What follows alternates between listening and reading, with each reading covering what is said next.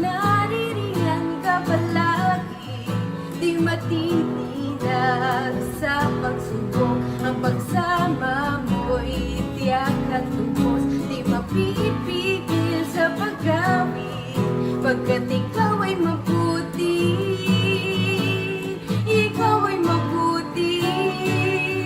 Ikaw ang aking baston, hindi magkukulang sa pala.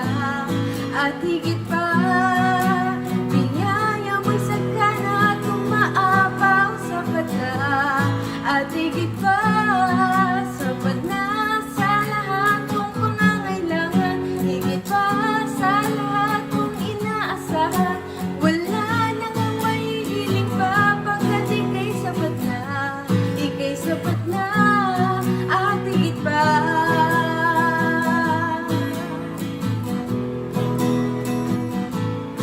Di mangangamba sa kawalan, pagpapala mo'y laging laan. Di matatakot sa panganib, pagkat naririyan ka palagi. Di matitinag sa pagsubok, ang pagsama mo'y tiyak at lubos, di mapipigil sa paggamit, pagkat ikaw ay mabuti. Ikaw ay mabuti. Ikaw ang aking baston, hindi magkukulang sa pala. At higit pa, biyaya mo'y sagana at umaapaw sa pala. At higit pa, sapat na sa lahat kong pangangailangan.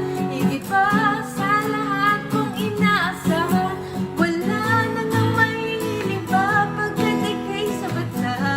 Ika'y sapat na. Ikaw ang aking baston, hindi magkukulang sa pala. At higit pa, biyaya mo'y sagana at umaapaw sa pala. At higit pa, sapat na sa lahat kong pangangailangan. Higit pa sa lahat kong inaasahan. Wala nang ang mahihiling pa, pagkat ika'y sapat na. Ika'y sapat na. Wala nang ang mahihiling pa, pagkat ika'y sapat na. Ika'y sapat na. Wala nang ang mahihiling pa, pagkat ika'y sapat na. Ika'y sapat na, at higit pa.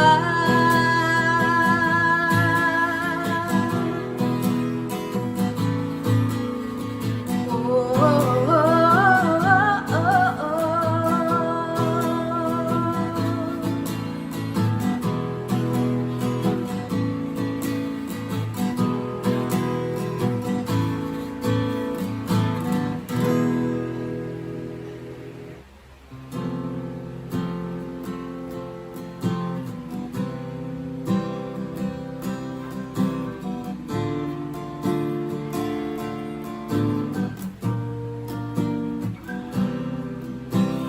biyaya mo'y sapat.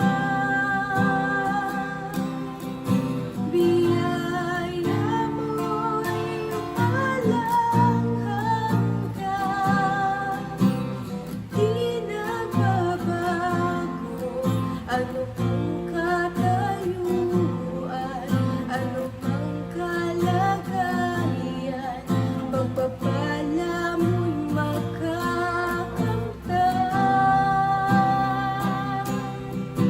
Biyaya mo'y sapat. Biyaya mo'y walang hanggan. Purihin ka, O Diyos, sa dakila mong pagmamahal.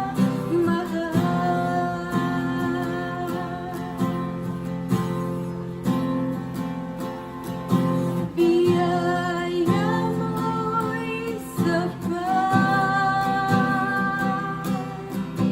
Biyaya mo'y walang hanggan. Di nagbabago, ano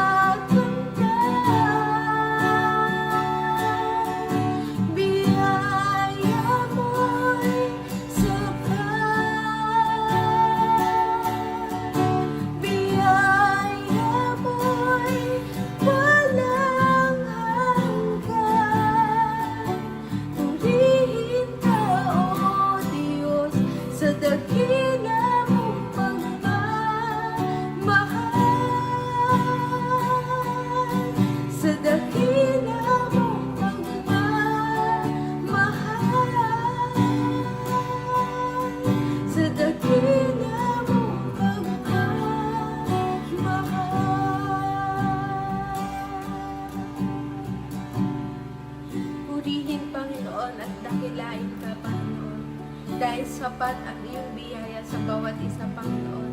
Maging anuman, Panginoon, ang aming mga sitwasyon sa aming mabuhay, Panginoon, tunay na naroon ka palagi, Panginoon. Biyaya mo'y palaging sapat, Panginoon. Amin pong itinataas ang aming pag-aawitan, pagsamo at pagsamba sa tanging pangalan mo lamang, O Jesus. Amen at amen.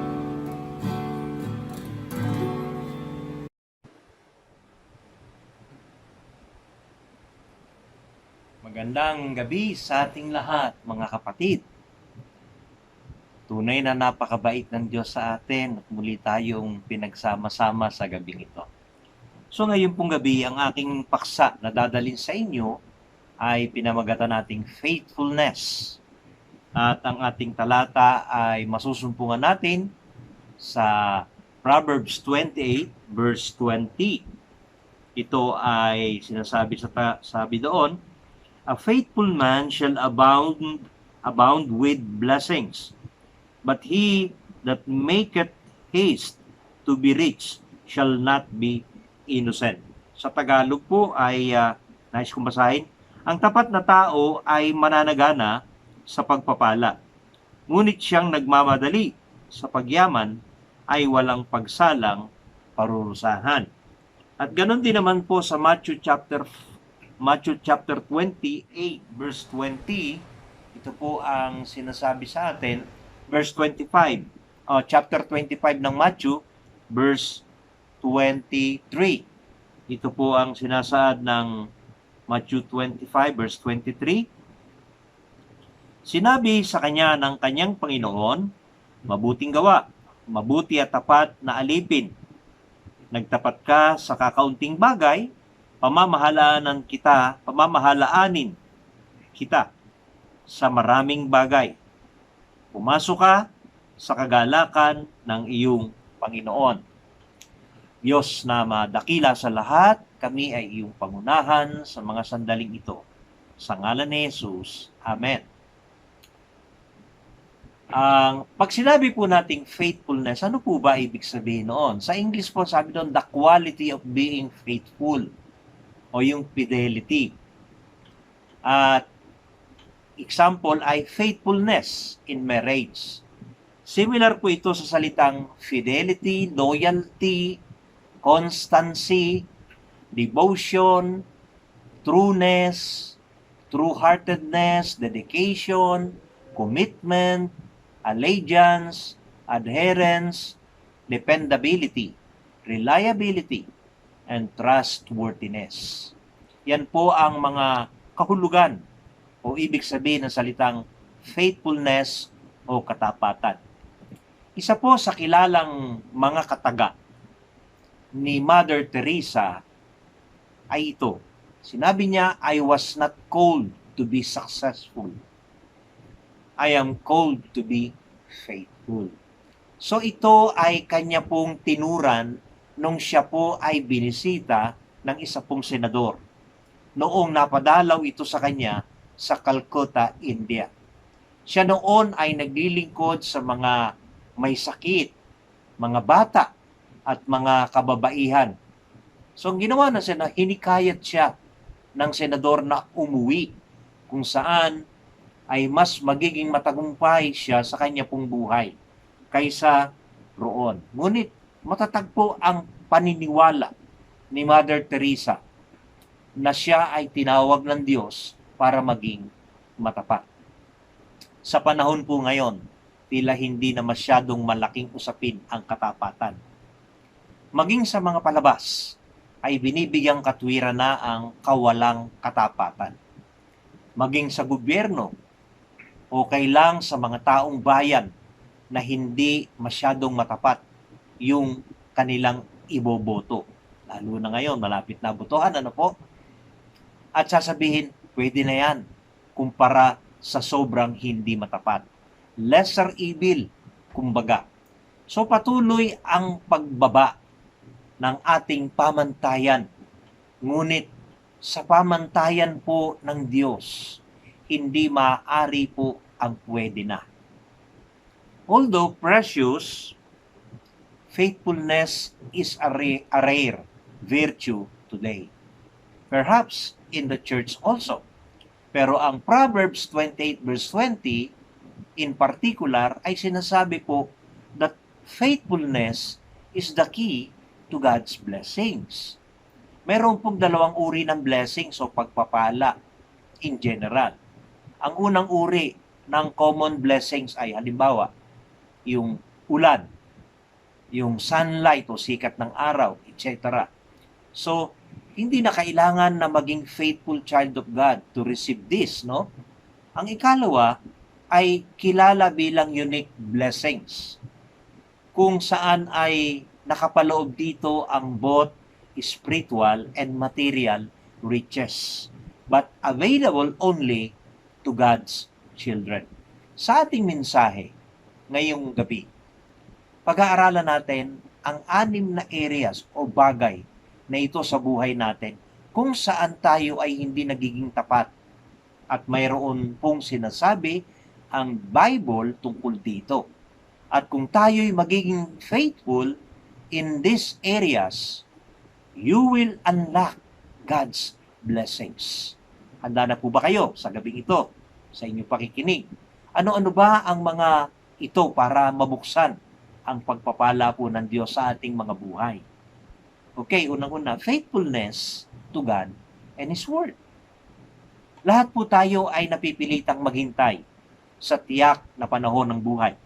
Tama po ba? At sa ating pong paghihintay dito, nasusubok ang ating pong katapatan. Bakit po? Kasi mainipin tayo. Kung tayo ay tapat, maghihintay tayo sa Panginoon para sa ating kabuhayan. Hindi sa anuman o sinuman. Hindi tayo dapat magmadali para tayo po ay hindi mapahamak. Sabi nga sa awit, kabanatang 62, talatang 5, sabi ron, sa Diyos lamang naghihintay ng tahimik ang aking kaluluwa, sapagkat ang aking pag-asa ay mula sa Kanya. Kailangan din nating maging tapat sa salita ng Diyos. Dapat ay alam po natin ito mula sa puso o ipinamumuhay ito para hindi tayo magkasala. Sabi ng Psalms 119 verse 11, ay iingatan ko ang iyong salita sa aking puso upang huwag akong magkasala laban sa iyo. And then ikatlong makikita natin ay tiyak na pagpapalain tayo ng Diyos kapag tayo po ay sumusunod sa Kanyang salita. Higit sa lahat ay magkakaroon po tayo ng Kanyang kapayapaan at katahimikan. Ano sabi ng John 15 verse 7? If you abide in me, my words abide in you. Ask whatever you will, and it shall be done unto you. And then Isaiah 26 verse 3, sinasabi roon, iyong iingatan siya sa ganap na kapayapaan, na ang pag-iisip ay mananatili sa iyo, sapagkat siya'y nagtitiwala sa iyo. Ikalawa po na gusto kong dalhin sa inyo, faithfulness to the local church. Ang local na simbahan o iglesia ay ang espiritual na pamilya ng bawat Kristiyano.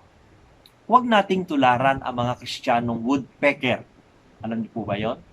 Na tumatalon mula sa isang simbahan patungo sa isa pa dahil sa mga alitan, sa mga pamumuno o iba pang mananampalataya. Tinawag po tayo ng Diyos na maging isa sa Espiritu. Ano po sabi ng unang Korinto, kabanatang 1, talatang 10? Sabi roon, mga kapatid, ngayon ay nananawagan ako sa inyo sa pamamagitan ng pangalan ng ating Panginoong Hesukristo, na kayong lahat ay magsalita ng isang bagay lamang, sabi ng Panginoon, at huwag magkaroon sa inyo ng mga pagkakabaha-bahagi, kundi kayo'y magkaisa sa isang pag-iisip at layunin lamang.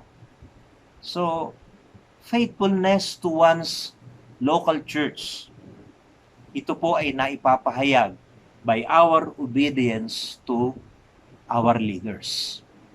Sabi nga, Don't judge, don't seek to take revenge from them or harm them. Ito ang sinasabi po sa Hebrews 13, verse 7. Ang sabi ro, alalahanin ninyo ang mga dating namumuno sa inyo, ang mga nagpapahayag sa inyo ng salita ng Diyos. Isipin ninyo kung paano sila namumuhay o namuhay at tularan ninyo ang kanilang pananampalataya sa Diyos. Sa 1 Samuel, maganda rin pong example yan. Chapter 24, verse 1 to 6. Nang si Saul po ay nagbalik mula sa pagtugis sa mga Pilisteo, may nagsabi po sa kanya na si David ay nasa ilang ng En-Gedi. Kaya kumuha po siya ng 3,000 mahuhusay na kawal mula po sa Israel. At isinama po ang mga ito sa paghahanap kay David sa kaburulan ng may ilap na kambing, no? Nang matapat sila sa isa pong pulungan ng tupa sa tabi po ng daan, ay dumumi po si Saul sa loob po ng kuweba sa tapat ng mga pulungan ng tupa. Nagkataon namang si David at ang kanya pong mga tauhan ay tatago sa loob po ng kuwebang yon. Sinabi kay David ng kanya pong tauhan, ito na ang katuparan ng sinasabi ni Yahweh, na ibibigay ko sa iyo ang iyong kaaway at maaari mong gawin sa kanya ang gusto mo. So dahan-dahang lumapit si David at pinutol po ang laylayan ng kasuotan ni Saul. And then, nang magawa po niya ito, inusig siya ng kanyang budhi sapagkat para sa kanya, nilapastangan niya ang hari. So sinabi niya sa kanyang mga tauhan, huwag nawang itulot ni Yahweh na gawan po ng masama ang hari na kanyang hinira. So makikita natin, maliwanag, na bagamat may kasalanan si Saul kay David, iginalang pa rin niya ang kanyang former king. At ito po ay kanyang pinagpala pa rin, no? Hindi niya po ginamit ang kanyang kamay para patayin si Haring Saul. Sabi ng awit 105 verse 15, ang sabi ng Diyos, di dapat apihin ang kanyang hinirang. Ang mga propetang, mga lingkod niya ay hindi dapat saktan. And then, ano pa ang makikita natin sa church, no? Kapag tayo ay naging faithful sa ating church, always support the ministry or the leaders as they labor for the kingdom of God, na merong pagtangis at tulo ng pawis, no? Ang sabi ng Thessalonians 5 verse 12 to 13, mga kapatid, ipinakikiusap namin na igalang ninyo ang mga nagpapakahirap sa pamamahala at pagtuturo sa inyo, alang-alang sa Panginoon. Pag-ukulan ninyo sila ng lubos na paggalang at pag-ibig dahil sa kanilang gawain. Mamuhay kayo ng mapayapa. And then third, makikita natin, faithfulness to your family. Mga asawa na lalaki, kinukuman tayo ng Diyos sa banal na kasulatan to love our wives, no? Like Christ loved the church and gave His life para sa iglesia, no? Ganon din tayo, mga lalaki, sa ating mga asawang babae. We are told to submit, di ba? To love our wives, no? Yung ating mga asawang babae, no? Ating asawa. And then sabi naman din, itong mga asawang babae, sila'y sinasabihan to submit to their husbands. Ephesians 5:22 to 25. And then, husbands, tayo po dapat maging tapat tayo sa ating asawa. No? And then yung asawa rin natin, dapat maging tapat din sa asawang lalaki. Hebrews 13 verse 4 yan. Dapat igalang ang lahat ang pagsasama ng mag-asawa at maging tapat tayo sa isa't isa sapagkat hahatulan ng Diyos ang mga nakikiapid at nangangalunya. And then ano pa makikita natin? Children, mga anak. Sinasabihan sila na mag-obey sa kanilang mga parents in the Lord. It's a conditional promise. Yung mga magulang are not told to provoke their children. Hindi dapat pagalitan lagi ng merong anger. Kaya nga, provoke their children, not to provoke their children to anger. But bring them up, ang sabi roon ng Biblia, in the discipline and instruction of the Lord. Ephesians 6 verse 1 to 4. And then pang-apat, faithfulness to your finances. Mahilig tayong gumastos, hindi ba? Pero maganda, plan your expenses with great care. Ano po sabi ng Luke 14:28 to 30? Babasahin ko sa inyo. Kung ang isa sa inyo'y nagbabalak na magtayo ng tore, hindi ba siya uupo muna upang magplano at kwentahin kung magkano ang magagastos niya upang matiyak kung may sapat siyang pera para maipatapos ang kanyang ipatatayo. Baka matapos mailagay ang mga pundasyon ay hindi naman mayari ang tore. Siya'y kukutyain lamang ng lahat ng makakakita niyo. Sasabihin nila, ang taong yan ay nagsimulang magtayo, ngunit hindi naman maipatapos. So maliwanag po yun, bago tayo gumastos ng gumastos, we have to plan, sabi nga ng Bible, our expenses with great care. Yung buong pag-iingat. Constantly give attention sa ating mga financial health. Ano sabi ng Kawikaan 27:23?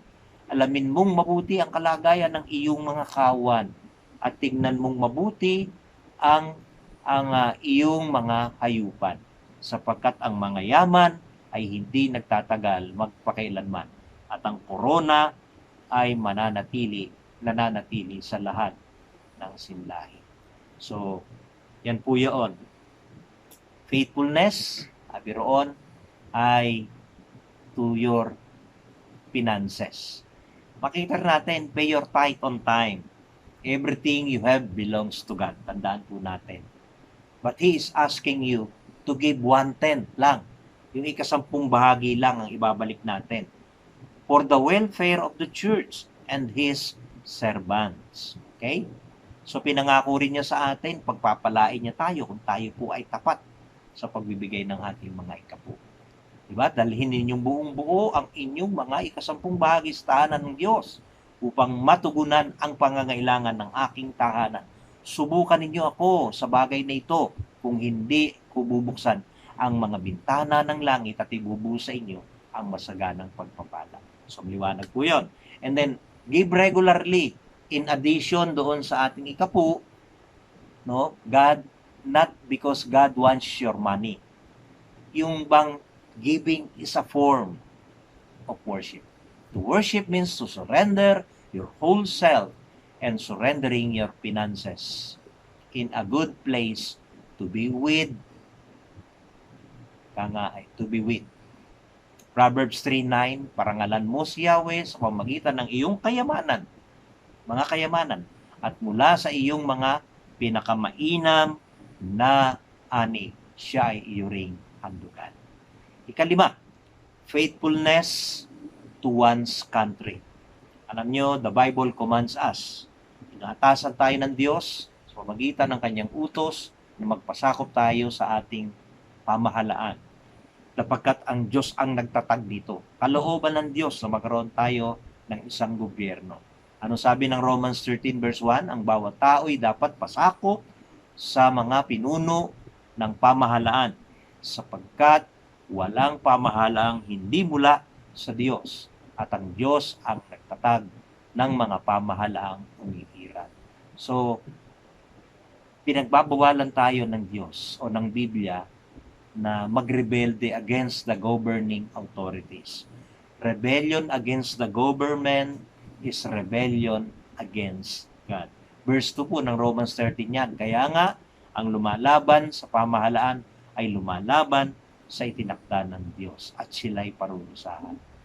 So, do not be like pagans and criticize the government authorities. God is in control of all. Ang turo po sa atin ng Biblia, not to rebel, but to pray for those who govern us.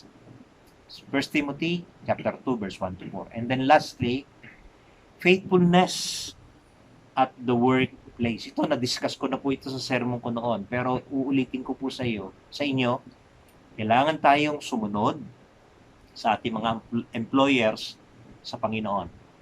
Means we should obey them. Kailangan sumunod tayo as long as their wishes don't contradict God's word. Sabi, halimbawa, kung sinasabi sa iyo ng iyong employer, gawin mo ito ng buong katapatan at kabutihan, gawin mo. Pero pag sinabi sa iyo ng employer mo, gawin mo to, mandaya ka sa biyayaan, nakawin natin itong ganito, against na konsensya ng Diyos yun at konsensya natin. Sabi ko nga sa inyo, we should obey as long as their wishes don't contradict God's word. And then, don't steal from your employer or deceive him. Kaya we should work for our employers as if we are working for God. Maliwanag po yan. Tinuro ko na sa inyo. Respect your employers. At tratuhin din natin bilang mga employers naman, tratuhin ninyo ang inyong mga employees with respect. Kasi God will judge the employer that oppresses his employees. Yan. Po, maliwanag po yan sa salita ng Panginoon. Ephesians 6 verse 9. At bilang pagtatapos, gusto kong himukin kayo na hanapin ang inyong sarili at malaman kung saan ka hindi naging tapat sa alinman sa mga bagay na aking nabanggit ngayong gabi. Tandaan na ang nagtatago ng kanyang kasalanan ay hindi uunlad. Ngunit ibabalik kayo ng Diyos ngunit ibabalik tayo ng Diyos kung ating ipagtatapat at itatakwil ang mga kasalanan. Ano sabi ng Kawikaan, Kabanatang 28, talatang 13, siyang nagtatakip ng kanyang mga pagsuway ay hindi sasagana. Ngunit ang nagpapahayag at tumatalikod sa mga iyon ay magtatamo ng awa. Mga kapatid, hindi nagbabago ang pamantayan ng Diyos sa katapatan. Inaasahan pa din niyang tayo ay manatili, magiging matapat, maging sa paggamit ng kanyang mga kaloob upang makapaglingkod sa kanya hanggang sa wakas. Tanong, ano-ano ang mga kakayahang ibinigay sa iyo ng Panginoon? Paano mo na ipapahayag ang iyong katapatan sa Diyos? Tapat ka nga ba? Sa pangalan ng Ama, Anak, Espiritu Santo. Amen.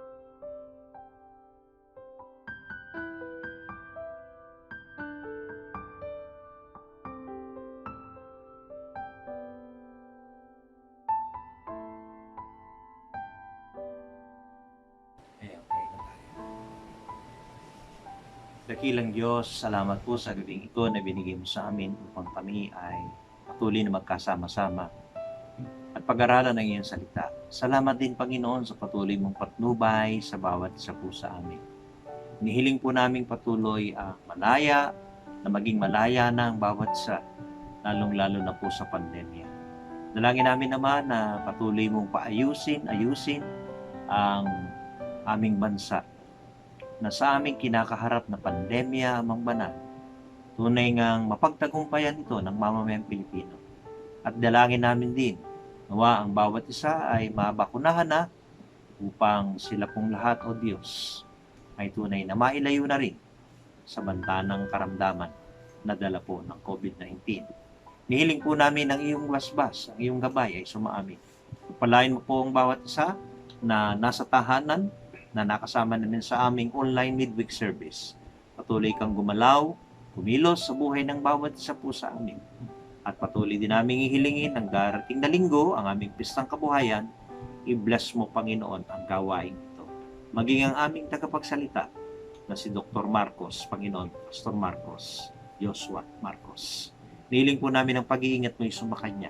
Naway makasama namin siya face to face sa aming pong pananambahan. Pagpalain mo kaming lahat amang banal sa aming gawain, sa aming mga buhay, at sa lahat ng aming gagawin. Sa pangalan ng Ama, ng Anak, ng Espiritu Santo. Amen.